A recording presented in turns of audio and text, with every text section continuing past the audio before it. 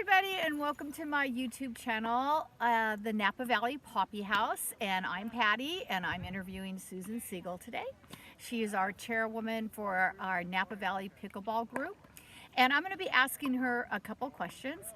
Before we get started, we are filming at Las Flores Park, and behind us we've got some pickleball players, which I wasn't expecting right now because it's what is it, close to 2:30ish. Yeah, something like that. And we're on our way actually to Yountville to play after this interview. Yep. So I was surprised that they were out here playing, but you know, it's open play here, and yeah, so good for them.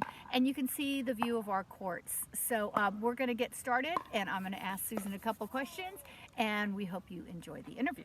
Yep. So Susan, when did you start playing pickleball?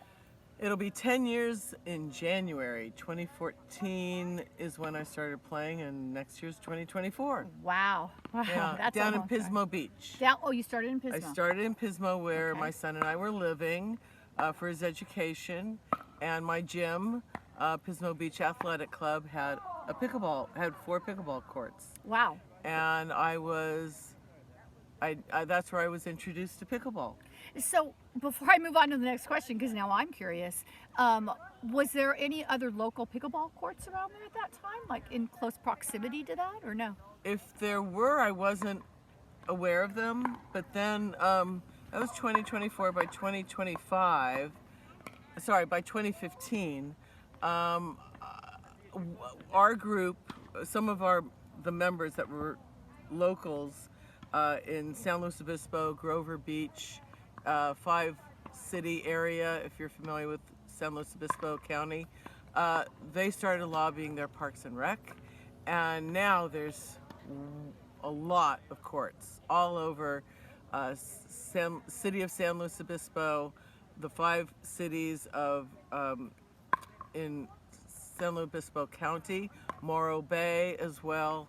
So it's grown exponentially down there as well. So it's taken off. It's totally taken off in 10 years. But that's super cool that you started in Pismo. I didn't realize that. Yep. Anybody else in your family that plays, or no?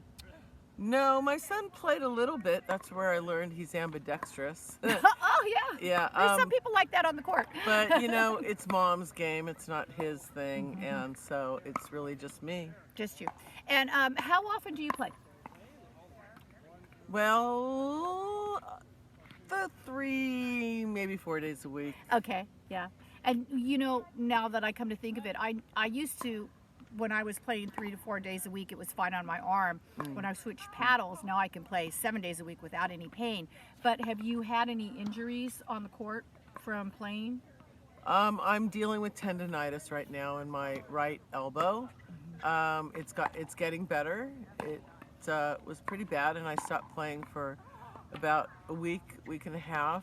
I know an old paddle of mine, which brand, I will not say the name, because I think it's a good company, but I cannot play with that paddle anymore. It is too heavy. Oh yeah, heaviness will do it. Yeah. So I'm dealing with my current paddle, which I'm looking into, which is a Selkirk, and which I'm looking into getting a newer one, a lighter one, if that's possible. So mostly the injuries that you haven't had any falls or major injuries like that. It's just the Not falling, no. okay, Thank God. Because we have known people on the court that have Yes, fallen and actually yeah. injured themselves pretty bad. So. And I've seen many injuries happen. yeah. Besides getting whacked with the balls, we've seen it. We've seen it happen. Has the president, or not the president, she doesn't want me to say that. She's my president. I love her. But as the chairwoman, what challenges have you had to face as being that chairwoman? Because when I met you, we didn't have established courts here. So Right. Susan really lobbied for that. So what challenges have you had to face since becoming that leader chairwoman for our organization here? Well, I moved back up from San Luis Obispo with my son in 2015, and I was shocked that Napa didn't have dedicated pickleball courts. I found a group who was playing, and we started lobbying. That was 2016 when we started lobbying Parks and Rec, our City of Napa Parks and Rec, for pickleball courts. And we got temporary courts and dual lined at this court behind us. Then the pandemic hit, and so we regrouped in 2021, I think, and there's a steering committee. I'm not the only one. It takes a village, trust me, when you're dealing with the city, or especially the city of Napa. Yeah, exactly. And they don't like to change.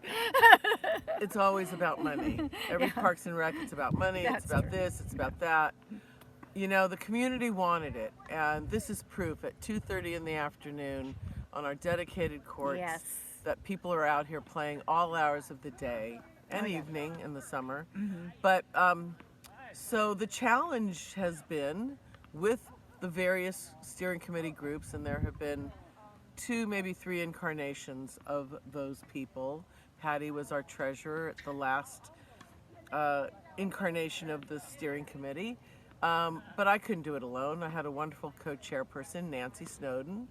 But it takes a village, and we were persistent, and we wouldn't have gotten these dedicated courts, which were finished in October, I think it was 18th, 2022. And couldn't have done it without Nancy and the group and support, and the person at Parks and Rec, Katrina Gregory, was really the driving force on the city side, and we wouldn't have gotten this if it weren't for her. Katrina, yay. Katrina. Yay. So has all of this, as you've moved along in all of this and all the action that you've had to put into it and all the dedication, has it changed relationships with any of your pickleball friends? Has it kind of like deepened them? Have you made any enemies? Have you made any friends? It's a long haul in this, but yeah, I mean, you know, has it affected those relationships? The relationships that it affects weren't good friends, I don't think, to begin with. You know, being a woman, I will say I've had my struggles as a photographer in my business. That was a man's world. Trying to, you know, it's always something. Yeah. You're not going to make everybody happy. That's part of life. But people would think I was the one in control. And I wanted to bow out after the courts were built because my work was done. I stuck with it since 2016, and it was 2022 when we got these. That's a long haul. There's been a lot of positive, mostly positive. Let's not dwell on the negative. It's all good. You know, we have dedicated courts. There's a new steering committee, or ad hoc group as we're calling ourselves now. I'm still on it. And we continue to communicate with our Parks and Rec. It's a great, and also they do have the Facebook page as well, and that's a great place to get information on local pickleball in Napa. Along with my YouTube channel, that's one place where it has all the information of all the courts in the valley. Napa Valley Pickleball Group on Facebook. Yes, Napa Valley Pickleball Group on Facebook.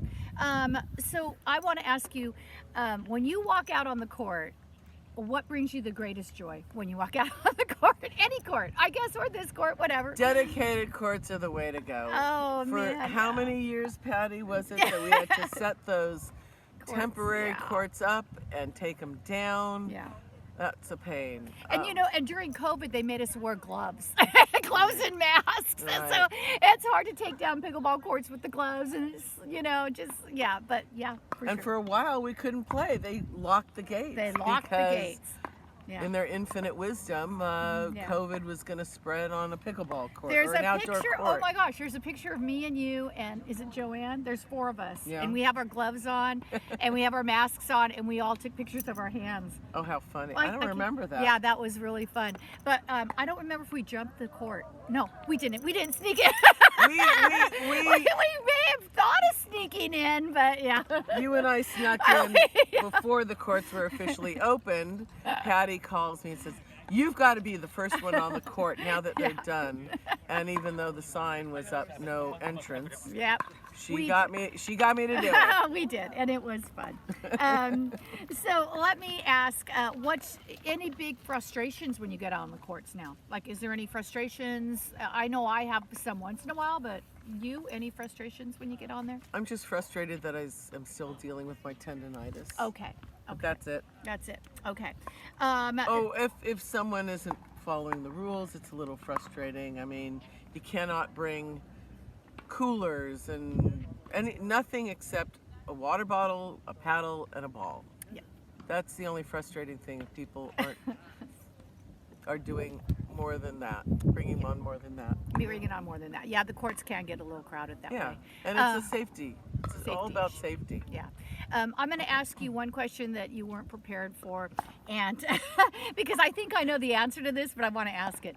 I want to ask, what is your favorite shot to do on the pickleball court that you think might bring you success in a game when you see the opening? Like, what is that favorite shot? And I think I know what it is, so I'm going to say it first because I think I know it pretty well. But if it's not, you have to correct me. Go ahead. It is her drive to the backhand going down the alley. I guess that's what I call it, the back door shot. Going down the line on the back. Is that it or no? Well, I try to go down the line.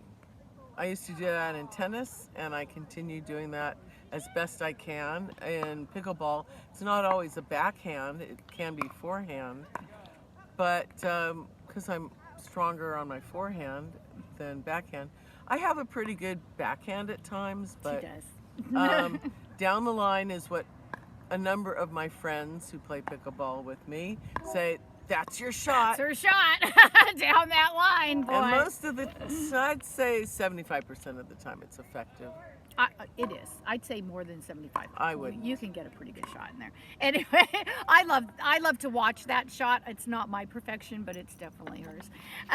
So what as pickleball has grown, and we know that it's going to continue to grow, what is your advice for people coming onto the courts, or your advice just regularly? What would you like to share about that moving forward? Know the rules, play safe. We get people here at Las Flores, there can be 18 paddles waiting. I've been here with 24. Really? Oh, I missed that have. day. Yeah. Mm-hmm. If people aren't following the rules, there can be chaos. Yeah. And when any of us who are long timers, old timers, I guess, people who played a long time, so long timer, Long time and old. How's a that? long timer, not necessarily old in age, but let's say long timers. It's a new word. I like it. It's a Susanism. It's a Susanism. I like it. We know the rules, and we created the rules for Parks and Rec, which is, you can't see it, but there's a sign over there. It's just when you have to call out someone and say, look, you can't bring a cooler on, or you know, even as something simple as a backpack, it's a hazard. And there have been I've seen personally so many accidents. A couple of times emergency vehicles had to come. Safety's the key, Yeah. but having fun is also equally important. There's some, what was the question? I love it. And the question was, what advice can you give moving forward? Or what's your perspective? I mean, the other thing, I didn't ask about, but we need more courts in Napa. And so we'll have to lobby for that. And I'm sure there's other people, other counties, other people listening to this, that they need more courts. But yeah, where do we draw the line? Where do we not draw the line on that? What do you think? Are you going to lobby for more courts? We have Napa, City of Napa has a new Parks and Rec director. Our group of 5 of us met with Brianna Brandt, the new City Parks and Rec director, and making new pickleball courts in the City of Napa is not a priority. That's the bottom line. Oh, that's sad. There are 53 parks, we were told, in the City of Napa, and she and her crew went through all of them, and Las Flores and a new court with 4 pickleball courts is not, it's not a priority. So we're there. We're not lobbying for that, but we are. There are other things to lobby for. We'll see where it goes. It's an ongoing process. It's an ongoing process. Everybody who deals with the city, who loves pickleball, it's an ongoing situation. It's fluid. Yeah, so on a Saturday, Sunday here, it's going to be packed. I've been out here on a Friday night that wasn't even designated for play in the summer, and it was packed. So, yeah, so it's come a long way. And we've come a long way. I remember when we would come out and there wouldn't even be a foursome. We'd have to like round up that fourth person. And now we have no trouble doing that. Yeah, right. None at all. And in fact, we usually have to wait to play. But that's okay because we really enjoy the sport. Right. So that is it. Can you think of anything else you want to add? Or No. Okay. I can't. So this is our lovely courts at Las Flores. And leave a comment below if you want to say anything about pickleball. I think my next video is going to be on that lovely lob and how much I love the lob. She how loves much, the lob. when it's necessary, when it's not necessary. So I hope you will watch that next video. And we do want to thank Jessica for our chairs. Thank you, Jessica. We are actually sitting in them. She bought 4 lovely chairs out here for all of us to sit in.